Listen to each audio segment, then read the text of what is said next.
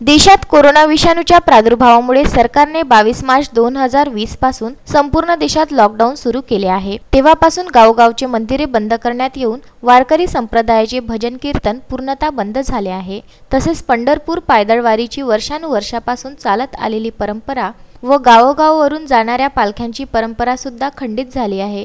परंतु आता शासनाने काही निवडक जिल्ह्यांमध्ये लॉकडाऊन शिथिल करून लग्न समारंभाला किमान 50 लोकांना परवानगी दिली आहे। तसेच दारूची दुकाने, मॉल आणि मोठमोठे व्यवसाय सुद्धा सुरू करण्यात आले आहे। त्यामध्ये सर्वत्र मोठ्या प्रमाणात गर्दी दिसून येत आहे। कोणीही सोशल डिस्टन्सिंगचे नियम पाळताना दिसत नाही। परंतु अजूनही वारकरी संप्रदायाचे भजन कीर्तन मात्र करता येत नसून किमान सर्व शासकीय नियम पाळून व जे जिल्हे रेड झोन मध्ये नाहीत अशा जिल्ह्यातील गावोगावी किमान 50 भाविकांना भजन कीर्तन करण्याची परवानगी देण्यात यावी, अशा मागणीचे निवेदन युवा विश्व वारकरी सेना संस्थापक व अध्यक्ष हरिभक्त पारायण अरुण महाराज बुरघाटे, महाराष्ट्र राज्य युवक अध्यक्ष हरिभक्त पारायण गणेश महाराज शेटे, राष्ट्रीय कार्याध्यक्ष हरिभक्त पारायण रामदास महाराज जाधव, राष्ट्रीय प्रमुख सचिव हरिभक्त पारायण रामदास महाराज पंढरी पाटील यांच्या मार्गदर्शनाखाली व युवा विश्व वारकरी सेनेचे अमरावती जिल्हा अध्यक्ष हरिभक्त पारायण विठ्ठल महाराज चौधरी, शहराध्यक्ष हरिभक्त पारायण अनुप महाराज देशमुख,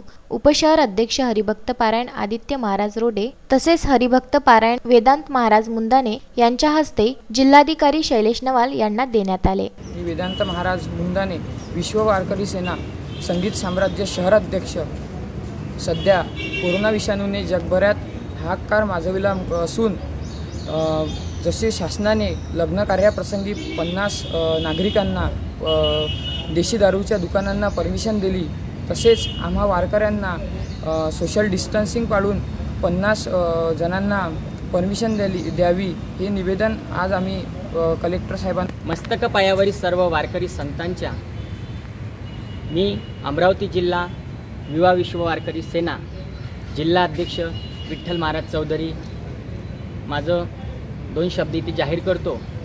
मला मुद्दा असा मांडायचा आहे की भागवत कीर्तन हे चालू राहिलं पाहिजे।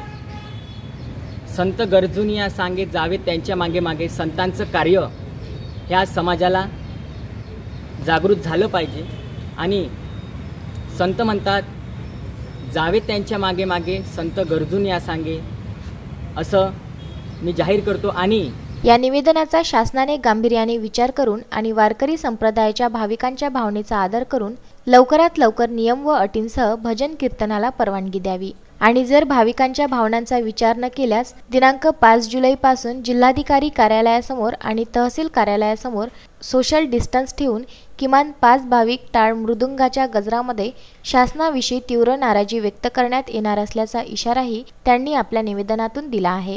रामचंद्र मुंदाने, विदर्भ न्यूज, तिवसा।